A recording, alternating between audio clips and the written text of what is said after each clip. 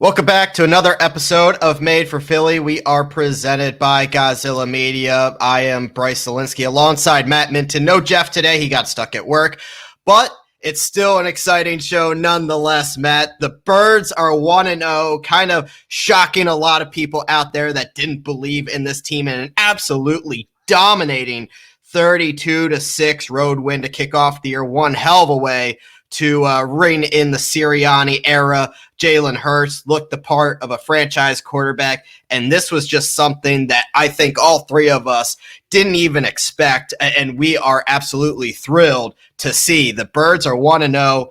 Again, what an unbelievable performance. Yeah, definitely.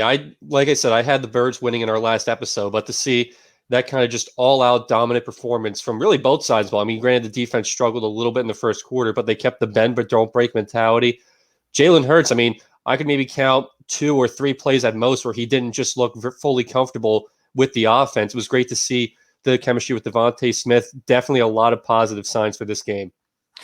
Yeah, and let's start right off the rip here with, I think, the obvious reason why the Eagles look so good, and a lot of credit to Nick Sirianni and getting this team ready and showed up and absolutely played. I think one of the most complete 4 quarters we've seen in maybe 2 years with the Eagles. I mean, it's been a while since we've seen a performance like that from an Eagles team. Jalen Hurts, man. I mean, what can you say about the kid? I mean, he went out there, looked poised, had control of the offense from the rip, looked the part of a franchise quarterback, 27-35, 264 yards, 3 touchdowns, had a 72.8 QBR. But more importantly, I mean, he took what was given to him. He made plays with his legs, but he didn't force any plays, knew when to take his losses and move on to the next down, and really just made this offense a dynamic masterpiece alongside the play calling of Coach Sirianni.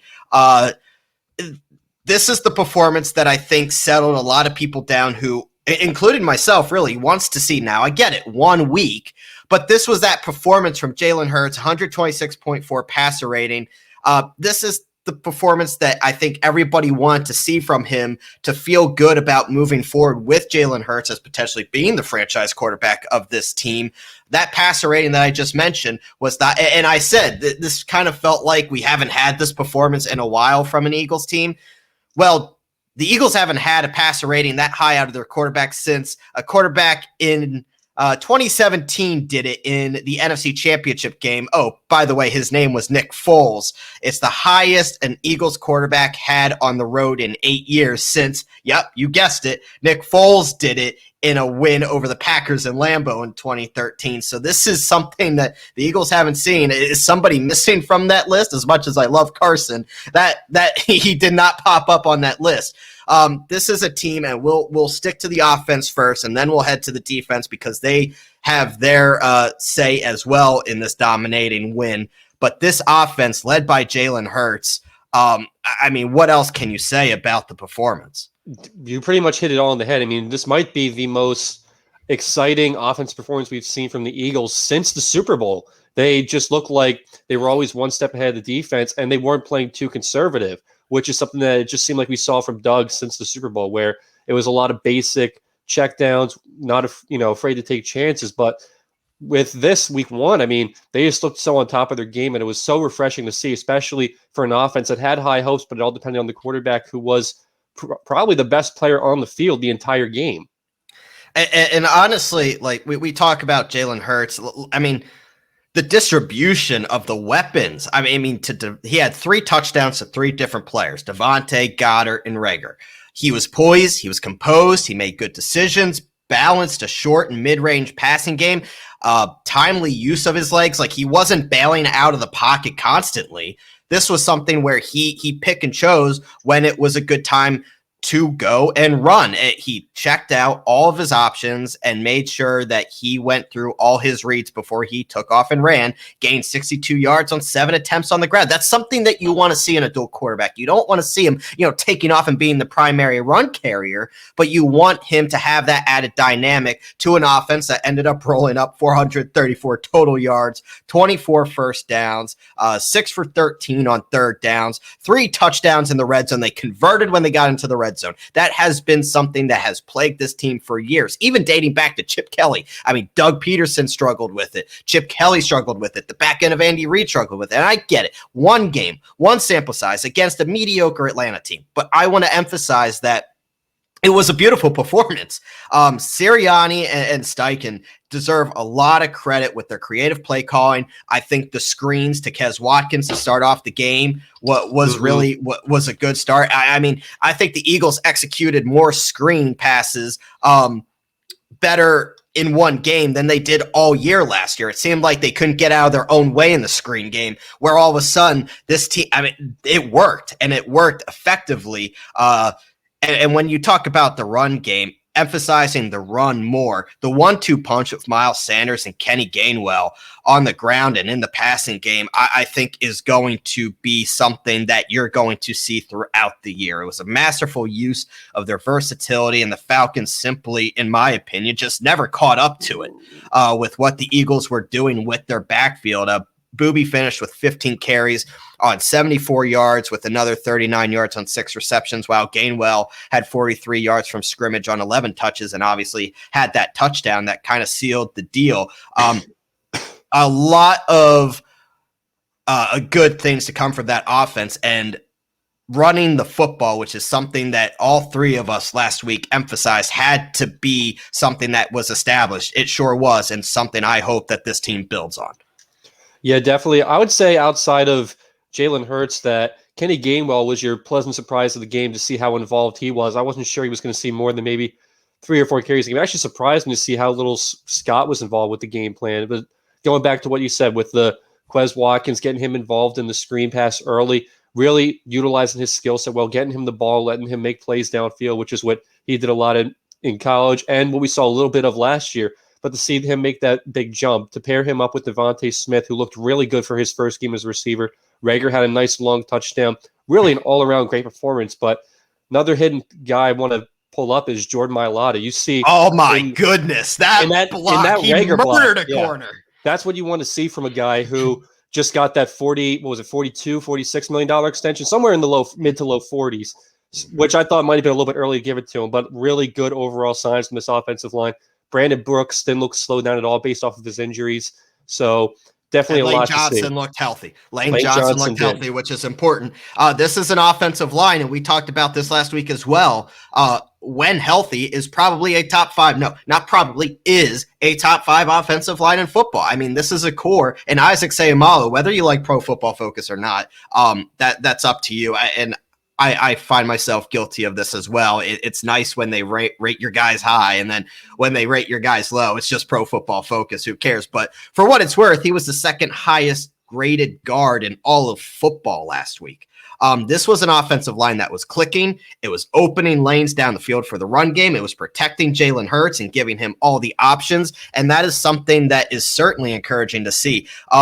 You mentioned the receivers. I'll mention them again. They stepped up, man. Kes Watkins caught passes on the first 3 snaps that I mentioned earlier with that screen game. That kind of got Hurts in that early rhythm. And I love the idea. Get Hurts some easy early throws to build some positive momentum. And then you saw Devontae Smith and Jalen Rager take it from there, right? Smith was pretty much open anytime the Eagles looked his way, which I think is a positive sign. He ended up with 6 catches, 71 yards, and a touchdown. For somebody that didn't have much playing time in the preseason, that's something you love to see out of a guy that you're expecting big things from. And Rager, just building off of what was a disappointing season, but a strong summer, had some middle of the field catches and that big burst on that screen pass, the last touchdown there for the Eagles on that 23-yard bomb where Milada absolutely just murdered the poor corner. He finished with 6 receptions for 49 yards as well. Hurts completed completed passes, to 7 different pass catchers, which is something that I think when we look back at the difference between what we saw out of this offense in week 1 compared to what we've seen out of this offense under Doug Peterson, really since the Super Bowl, it was Wentz locking, and some of it has to do with trust, right? Wentz really only trusted Ertz. He may and Goddard. Maybe he trusted Fulgham at some point during the year, but it started to become he didn't trust Alshon. He didn't trust Rager really, and he just didn't trust anything around him, and that affected the entire offense. Hurts trusted these guys to make plays, and they did. Yeah, especially to see the amount of receivers you hooked up with. I'm going to emphasize that again. When you're getting the ball to that many different guys, one, it shows that you know how to scheme these guys open and show them what you show. To one, scheme these guys open and get them involved in the game plan to the best of their abilities, and then to show how much this receiver group has seemed to grow in general. I mean, this is still a very young group, a lot of inexperience, but to see how well they complement each other was really nice. Yeah, so let's head over to the defensive side of the ball because they deserve as much credit as possible as well. And I felt stupid after the game because I was ripping them to start.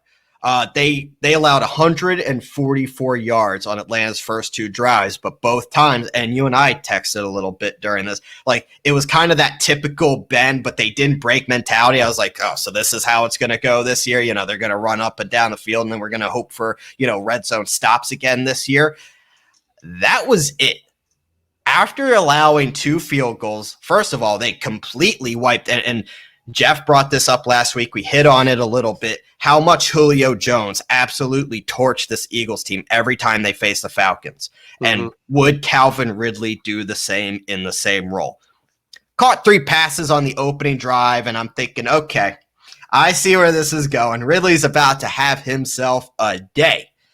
5 catches for 51 yards. If you can eliminate, and this brings back to that secondary, Matt, I mean, we talked about how this secondary is not being overlooked, whether it was because both of them were on them, whether it was Slay, whether it was Nelson, whether, hell, even Maddox saw some time on Ridley. It was an unbelievable performance by the secondary, and the Eagles mixed up their coverages, stopped the running game after Atlanta's early success and really relied on a 4-man pass rush. They did not blitz often because they did not have to on Matt Ryan. It worked so well. The Eagles allowed 59 total yards on only 6 first downs in the second half.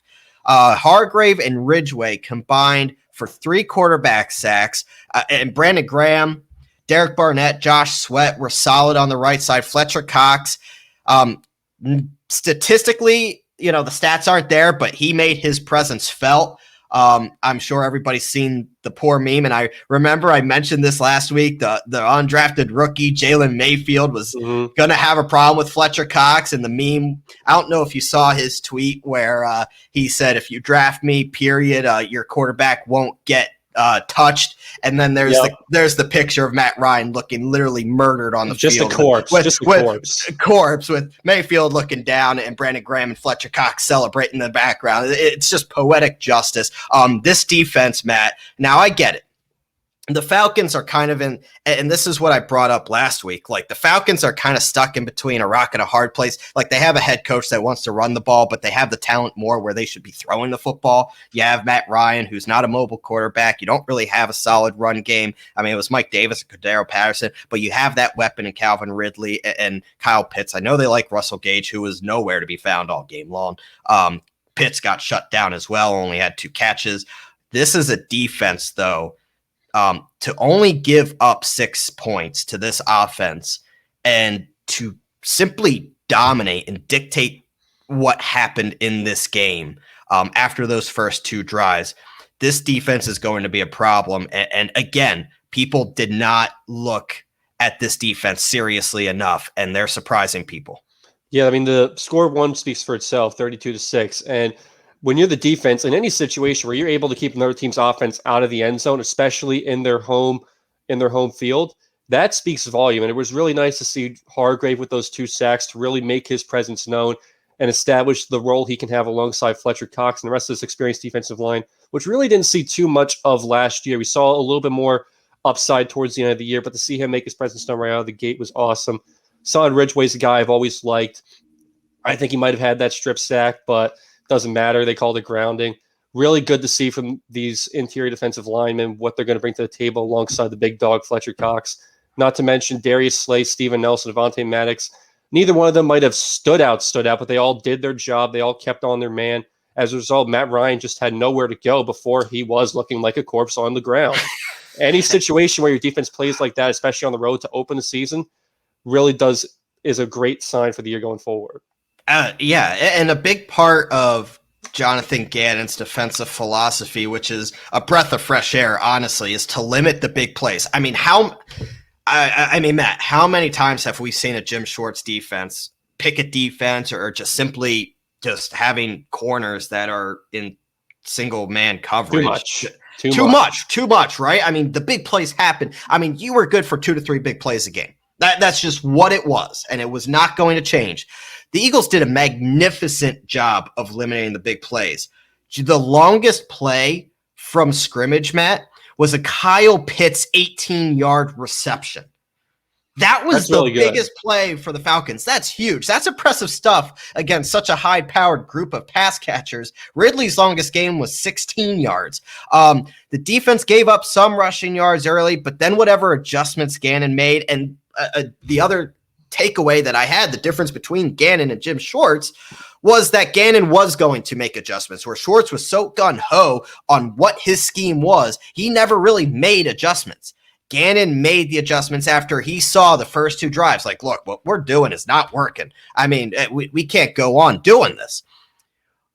Whatever he did, whether it was just winning individual battles, the Eagles put the wallop on Atlanta's running game in the second half, and that was just beautiful to watch, really. I mean, it's not a dominating. It's been a long time since we've seen such a dominating performance from an Eagles defense. I mean, I'm literally talking like even under Doug Pearson with Jim Schwartz, this defense, they won by putting up points on the scoreboard. They didn't win by shutting teams down. This reminded me, Matt, and I get it. It's Atlanta. It's week 1. You don't know how the rest of the season's going to go. But didn't it, outside of the first 2 drives, I mean, I felt like I was watching a Jim Johnson defense. Might have been just a little bit when you talk about one starting off with the bend but don't break, making the adjustments, 11 guys to the ball every play, big hits all around. Again, any time where I didn't even realize the longest play for scrimmage for the Falcons was an 18-yard catch. When you can't allow an offense to get one 20-yard play, that's just no momentum for them the entire game. And considering how many big plays that the Eagles break out, especially the bomb to Devontae Smith, I mean, the Eagles didn't need the big plays. I mean, Jalen Hurts did what he wanted in the short and intermediate game, but I mean, it was just a dominating performance, and this is an Eagles team, man. It was filled with a bunch of historic debuts, a bunch of defensive standouts, and really all that credit goes to, I think the last thing before we move on to San Francisco was, again, one game, but Nick Sirianni joined Doug Peterson, Chip Kelly, and Andy Reid as winning their debuts. And if, say what you want about his opening press conference, but you heard about what he did the night before at his pregame team meeting speech, got emotional. I mean, this is a guy that cares about each and every player in the locker room. This is a guy that's been teaching them from the moment he's gotten here. He's brought in this team together, which it is a miracle considering how divided they appeared at the end of last season. For everybody ripping about how bad of a hire it was, well, the sexy hire was across the field, and the hire that nobody liked and everybody ripped because of his shitty opening presser just smacked him 34-6.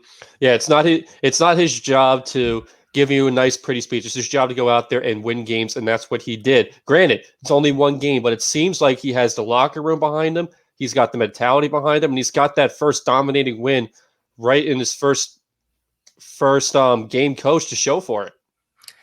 I almost wanted to say start, but that sounded weird. Yeah. Let's go to this week. And as great as last week was, we got to put it in the rearview mirror. because this team has to be ready for what's coming into Philadelphia for the home opener. And that would be the San Francisco 49ers, who for about 3.5 quarters looked really good against Detroit. I get it. It's Detroit, but they almost coughed it up. I think they kind of took their foot off the gas a little bit. I think it was more of that than really anything. This is a very talented and healthier Niners team. They did lose Verrett, which is a tough one, to a torn ACL. They just lost Mostert to a knee injury for the year.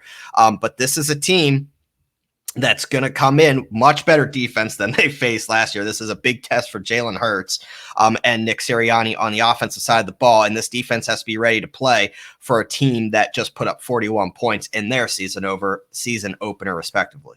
Yeah, it definitely has potential to be, I want to say, a wake-up call for this Eagles team right now, because while this Niners team might not be full-on dominant, granted they dominated Detroit, but that's Detroit.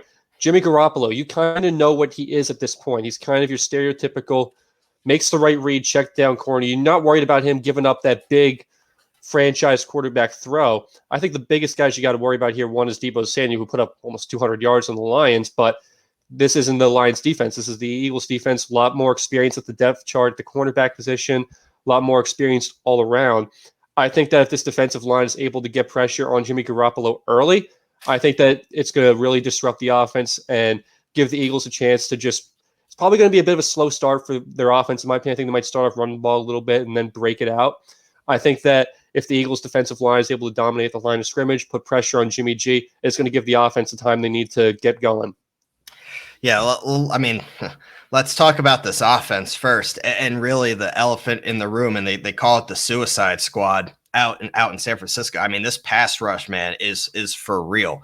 Healthy Nick Bosa will be a huge test for this Eagles offensive line. Dee Ford made an instant impact with a sack or two after he missed 15 games last year due to the back injury.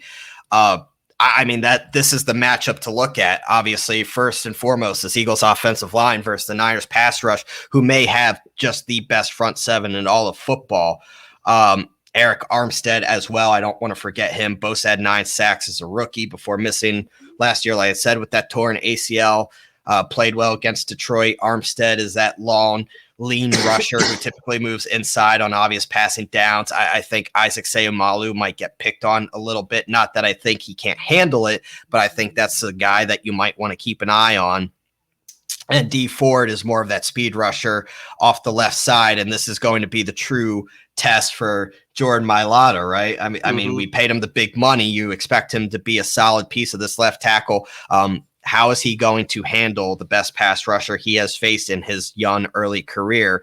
I think Dee Ford presents a problem that's going to be a big test for Milada. The Niners also now have 2020 first-round pick Javon Kinlaw, who is just an absolute beast of a human being, 6'5", 324 pounds. He didn't play against Detroit last week, but should be ready to go week 2 in Philly. He's just another specimen to add to this pass rush. This will be, honestly, if it's not going to be Tampa Bay in a couple weeks, this will be the stiffest test for the Eagles offensive line all year.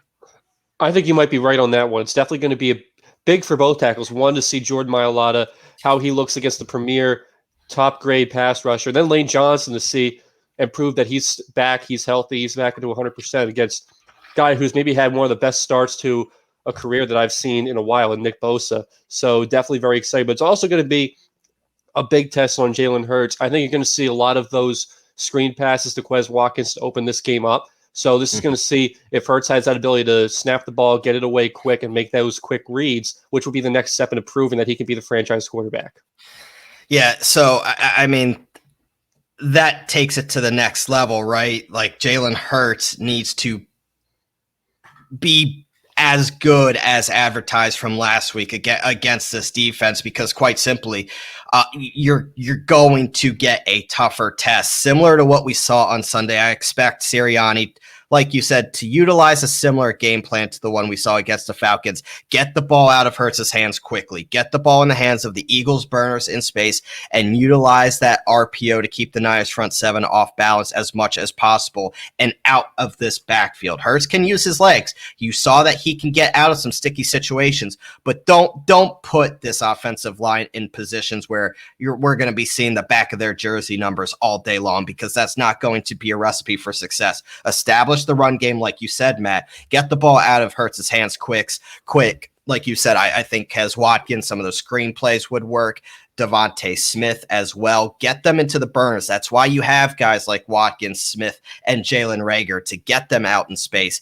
Get the ball underneath to guys like Goddard and trust guys like Goddard and Ertz. The Niners pressured Detroit 27 times last Sunday. I expect the Eagles' quick-fire offense to really return on Sunday in order to stretch. By the way, do you know who the defensive coordinator is for the Niners? Who is the defensive coordinator for the Niners? DeMeco Ryans. Really? Yes. Okay. I knew he was a coach down there. How about that? Yeah. DeMeco Ryan is the defense in since Saleh is now the coach in the Jets. So familiar friend in DeMeco. I expect in order to stretch this defense, get Jalen Hurts in a rhythm inside the pocket before things get out of hand and he's running for his life all game long because he's just not comfortable staying in the pocket. That's when Jalen Hurts is good, when he's comfortable, poised, and doesn't force anything. If Sirianni can keep Hurts confident inside the pocket and avoid mistakes, this Eagles offense should take care of itself, because this, if anything, is a banged up secondary for the Niners. A strong front seven, but a matchup to look at, and we'll look at this now. The Eagles wide receivers versus the 49ers banged up secondary. I mentioned Verrett, who had a very good 2020. He is out for the year by tearing his ACL. Emmanuel Mosley's their other starter. He missed week 1 with a knee injury. It sounds like he might not be good to go quite yet for week 2, which means they have a 30-year-old 5'9" slot corner in Quan Williams, rookie 5th-round pick in DeMondre Lenore. Ambry Thomas is a rookie 3rd-round pick. I think you're seeing the theme here, right? Dante Johnson played 31 snaps last week in week 1 after the Niners called him up from the practice squad. That's the guy Travis Fulgham last year, if you remember, toasted down the sideline. So you know the Eagles can take advantage of him. And they have Josh Norman, who, I mean, at this point in his career, he's just not himself. The Eagles played a secondary week 1 that was comprised of 3 Band-Aid free agent starters. It would have been concerning if they were unable to do damage against that, but they did. The 49ers secondary is where you can beat this defense, and I expect that's why I expect a similar game plan than from what we saw last week, because like the Niners, the Falcons' strength was the pass rush, quick plays, get the front 7 off their toes, and then take advantage of their weaknesses. Yeah, it'll definitely be interesting to see. For me, I want to see how the safeties do, because Anthony Harris looked good for the most part, but there were a couple of plays where he missed his guy early on, but looked overall solid. And then Rodney McLeod solicited as questionable for week 2, so it'll be interesting to see what Epps and Wallace look like. We know what the corners are. They're, Slay and Nelson are established veterans. Avonte Maddox has always looked better in the slot than outside. That's just been the story of his career. So Epps and Wallace, along with Harris, are my 3 guys to watch for this secondary. In my opinion, the biggest test for this defense. Yeah, and I think when we're talking about the defense, Matt, I mean, when you look at the Niners offense, they like to get the ball out quickly and into the hands of their passing game weapons, whether it be Deebo Samuel. I think Brandon Ayuk is going to be a big piece of this offense. Do not expect a repeat performance from Detroit where he wasn't even targeted. That's just not going to be the same. Whether Shanahan was trying to make a point, I don't know.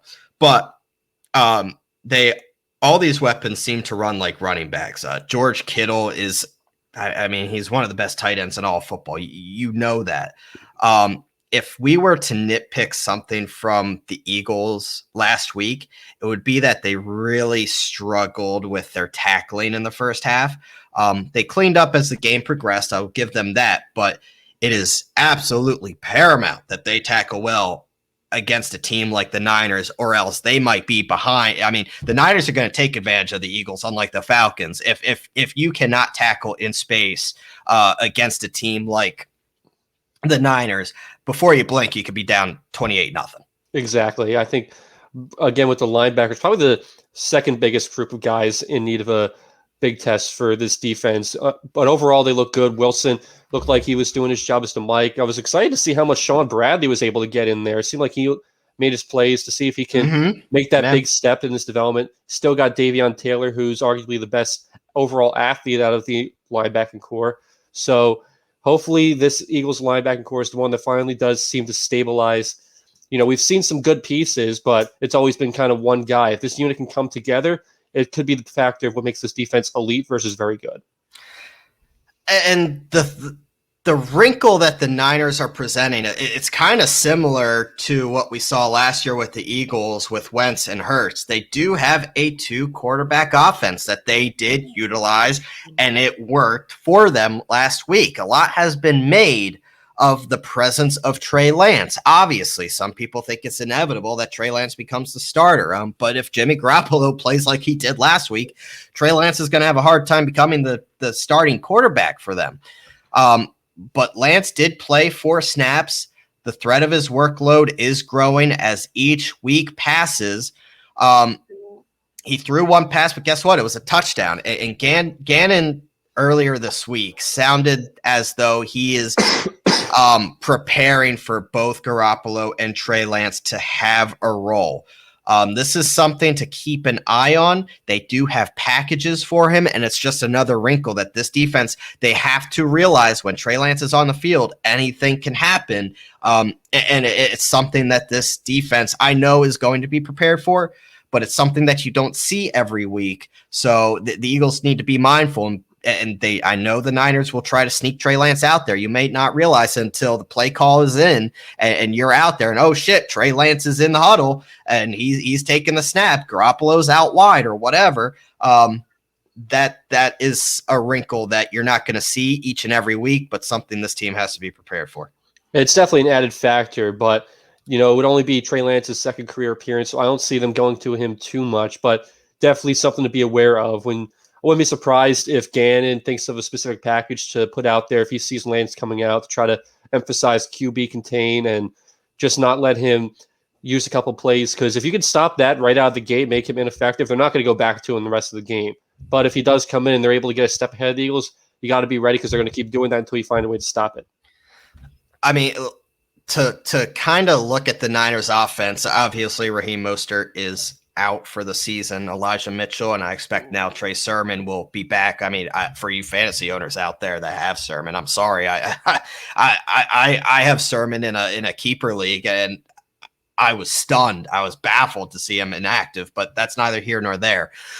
This is a team that's loaded up front on the offensive line themselves. I mean, the Eagles have a great offensive line. Guess what? So does San Francisco. I mean, Trent Williams was excellent last week. The Lions only had 1 sack and only 3 quarterback hits. However, it's also important to note that sack came off a blitz. So the Eagles might have to, adjust some of the things that they do defensively to maybe bring a second guy. Javon Hargrave, Fletcher Cox are going to have tougher tests inside this week. They have Laken Tomlinson and Alex Mack, Daniel Brunskill. That's a very strong offensive line for the Niners. It's hard to argue. When Jimmy Garoppolo has time, he can be very good and efficient. But really what to expect out of this Eagles defense, can the Eagles secondary, 1, keep up with the Niners playmakers? 2,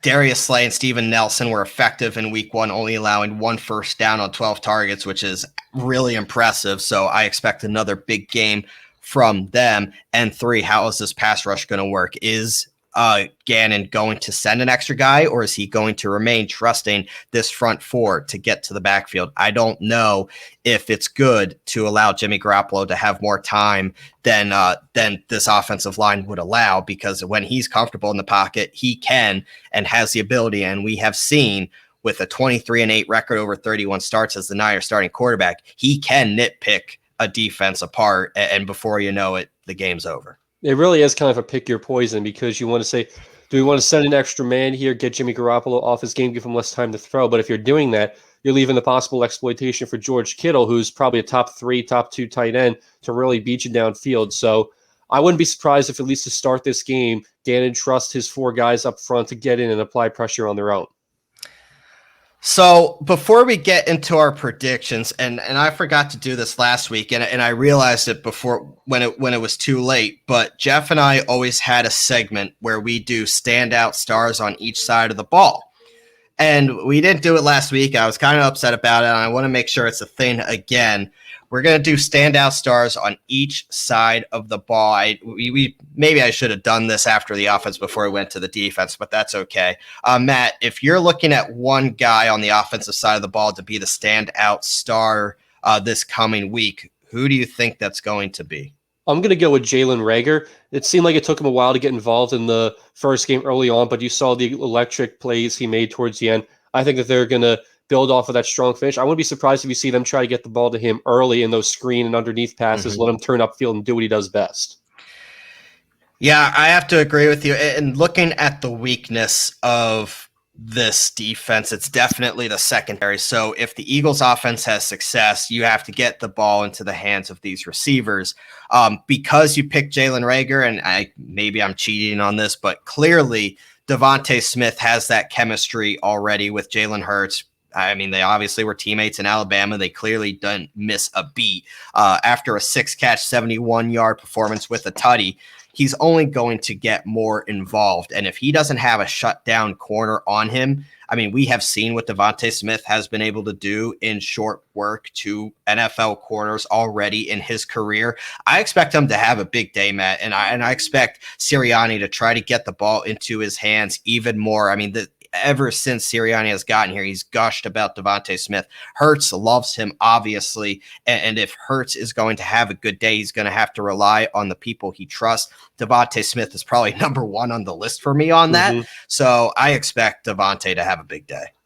Wouldn't be surprised, and it would be a great sight to see for him to continue to build upon a strong start.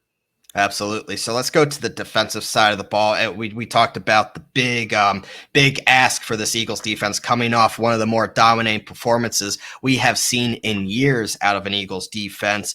When you're looking at who is going to have to step up, who's going to have a big day to disrupt this Niners offense, who is that going to be? I'm going to go with Brandon Graham. This is going to be a Niners offensive line that's going to put a lot of pressure continued on Fletcher Cox. So we need to see him and Derek Barnett look good on the outside, but you need to start seeing them win more one-on-one matchups. I'm expecting Brandon Graham to hopefully exploit these tackles for San Francisco, hopefully get a sack or 2 in the game. Yeah, and as much as I want to say, like, pick somebody in the secondary, and because you don't hear about them, that's usually a good thing, right? Like, we didn't hear about Darius Slay. I don't even think we saw him on television outside of like a normal play. I don't even think we saw a shot of him until the third quarter. That's a good thing. That means he's doing his job. Same with Steven Nelson. I mean, outside of a big play he made in the backfield once, like, you didn't hear about him. And that's what you want out of your corners. They are stud guys. I wanted to pick a corner, but I mean, if they're doing their jobs, I don't need to talk about them. I'm going to talk about Fletcher Cox. And I mentioned that statistically last week. He really didn't have anything, but he was a big disruptor in the backfield. If the Eagles are going to have success on Sunday, that this Eagles team is going to be relying on this pass rush. And if Gannon is comfortable sending 4, Fletcher Cox is going to have to be a big reason why. I mean, Hargrave had a big week. Graham was in the backfield as well. Sweat and Barnett had big games as well. And Cox did too, don't get me wrong. But this defense relies on the front defensive line to really disrupt what the Niners want to do. And if they want to get the ball out quick or rely on that run game, you know how San Francisco is with the running backs. They're going to be rotating. They're going to be relying on that run game. If they can disrupt the backfield, and Jimmy Garoppolo is not, he's not Jalen Hurts. He's not a mobile quarterback. He's very similar to Matt Ryan in that respect. If you can get him uncomfortable, he can get rattled and he will force himself into bad mistakes and turn the ball over. We've seen it before, and we saw it. Granted, Garoppolo didn't play, but the Eagles kind of have the blueprint of how to handle San Francisco after the one game they had success last year. It was against San Francisco. You have that blueprint. You know what Kyle Shanahan wants to do on offense. It's disrupt that offensive line, force the quarterback into bad mistakes, and you're going to get turnovers. That's what I expect, and Fletcher Cox has to lead the way there. Wouldn't be surprised, and be great to see him make his presence known after not necessarily a quiet week one, but you want to see him get more out in there in terms of the box score and stats. All right, Matt, we're at the point where we make our predictions, and remember how I said last week, we were all 1-0. We picked the Eagles to have a big win. We're all 1-0 going into this Sunday, week 2. The Eagles are at home, the home season opener. The first time the link will be jam-packed since 2 years ago. It's hard to believe. I can't wait to be down there. I'm going to Eagles Chiefs in a couple of weeks, and I cannot wait to be back in that stadium with a bunch of loaded Eagles fans. This is going to be an electric atmosphere, and one that, and Jeff and I pointed out on this show time and time again under Doug Peterson. I don't think it's going to change under Nick Sirianni, because this team is going to be ready to play in front of the home fans.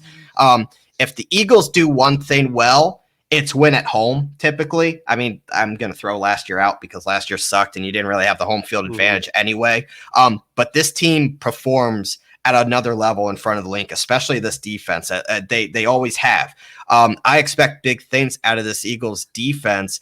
This team's going to be ready to go. However, this Niners team is good. Is it going to be enough, Matt, to start the season 2-0, which would be huge considering the Eagles are the only team that won in week 1 in the NFC East? To start off 2-0 and beat a Niners team, that would only catapult this team in confidence.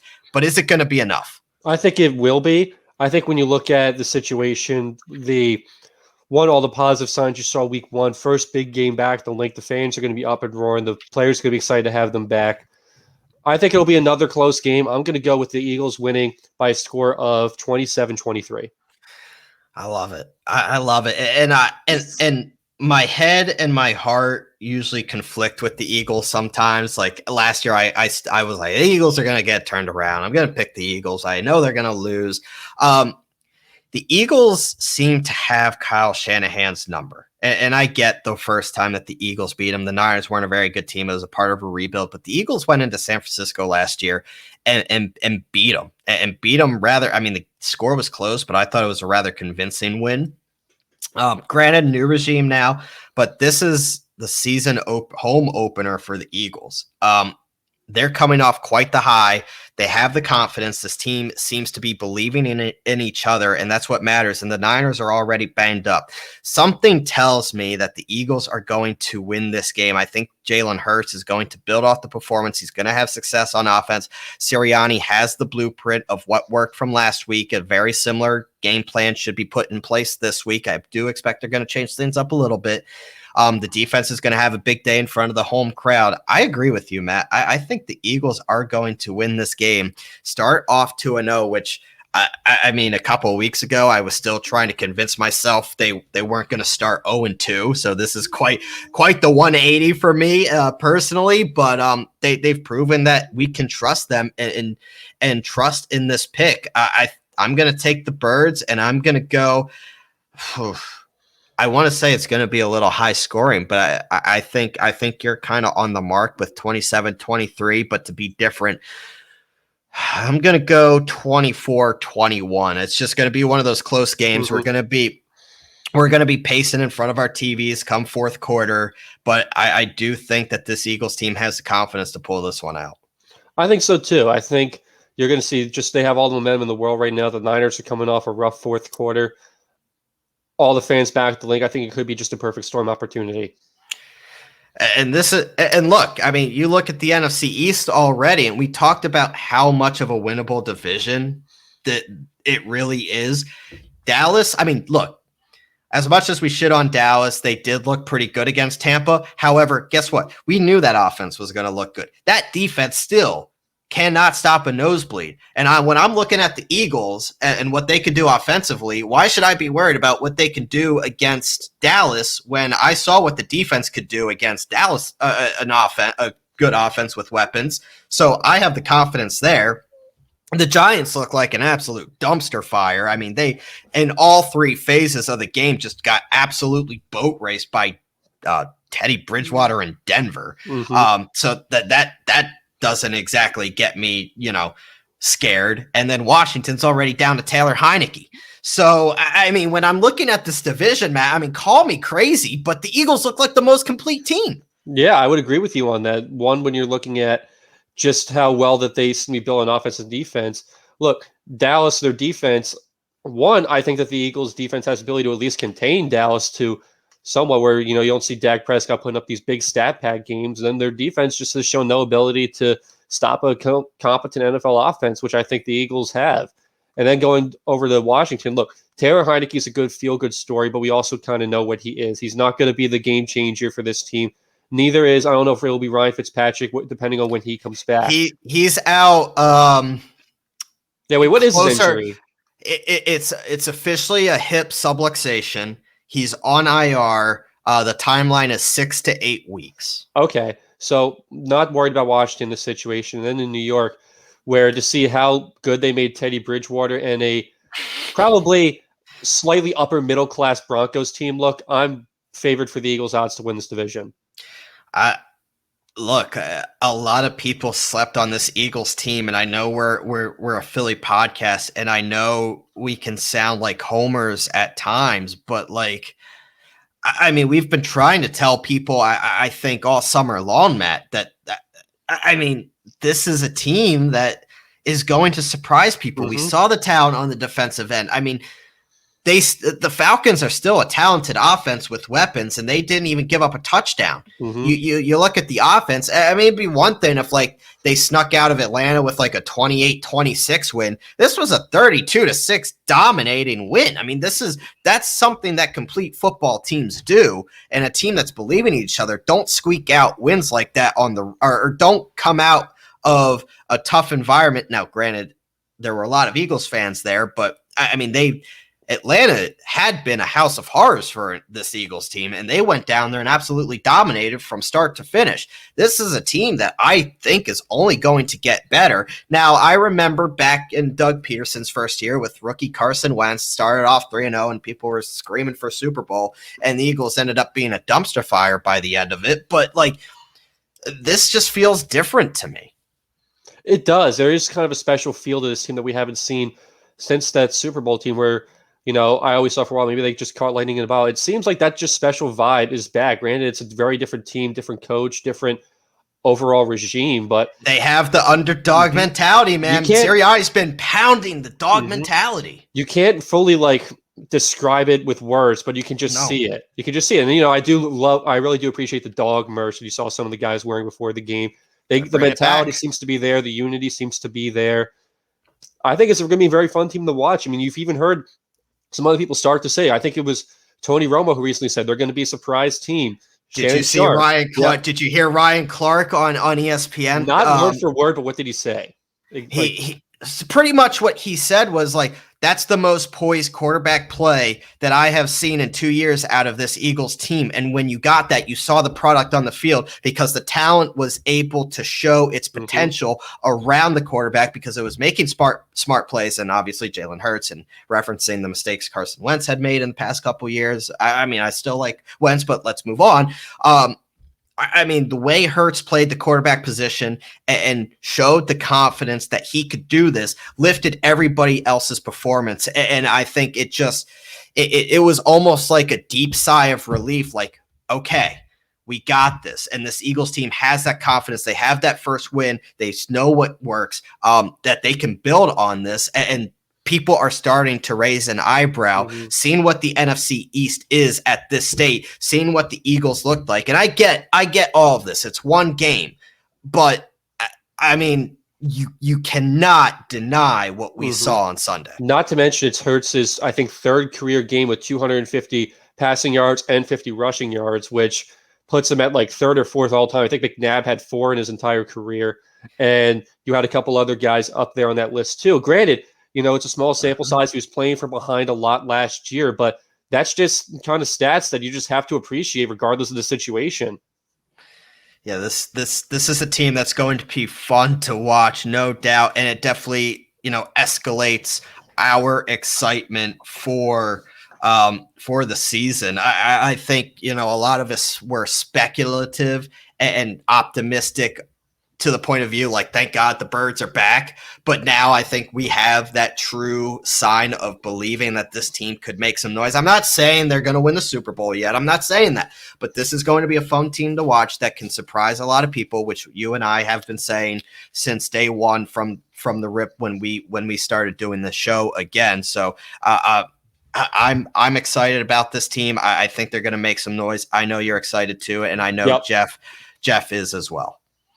Should be fun to watch. Looking forward to this early season test. And one last thing before we go, hate to end on a downer, but I'm done. The Phillies. I mean, Remember what I said last show? I want to see them fight, try to get the division back, get a 3-5 game lead and hold it. They're not doing it. They're not being the teams they're supposed to beat. So until they start doing it, until they take the division back and hold it, I'm out. Granted, I think Harper's the MVP, at least the top 3 MVP candidate. Should be. And they have a lot more good pieces for next year than you think. But given where this team's at right now, I think that they're just done. I think they're dead in the water. They're done. I mean, losing 3 of 4 to the Rockies in a weekend series, I mean, that's just simply unacceptable. You're getting beat around by just simply not a good Cubs team now. And then, I mean, you have the series with Atlanta coming up, but I think it's a little too late. I mean, you have to go 10-8 in these last 18 games just to have a winning record. I mean, come on now. I mean, I'm over it. This team needs to start doing something. It's not going to be this year. Big offseason coming for the Phillies. And unfortunately that's where we're at this point, but enough of the bad vibes. The Birds are back. They're back in a big way. They look good. Big game this weekend, the home opener against the San Francisco 49ers. Both Matt and I give the Eagles a big win, so hopefully we are once again right, as we typically are here on Made for Philly, and next week we are back talking about another big Eagles win. But in the meantime, you can find this episode and all of our episodes on Spotify, on Apple, and on YouTube. Make sure you're commenting, subscribing, giving us that rating, because it really is important when it comes to bringing you the best content possible. And just, I mean, the sky is the limit for us, and we can't do it without our listeners and their feedback. So please, it takes 5 seconds, and we will be improving each and every week. And we are, of course, presented by Godzilla Media.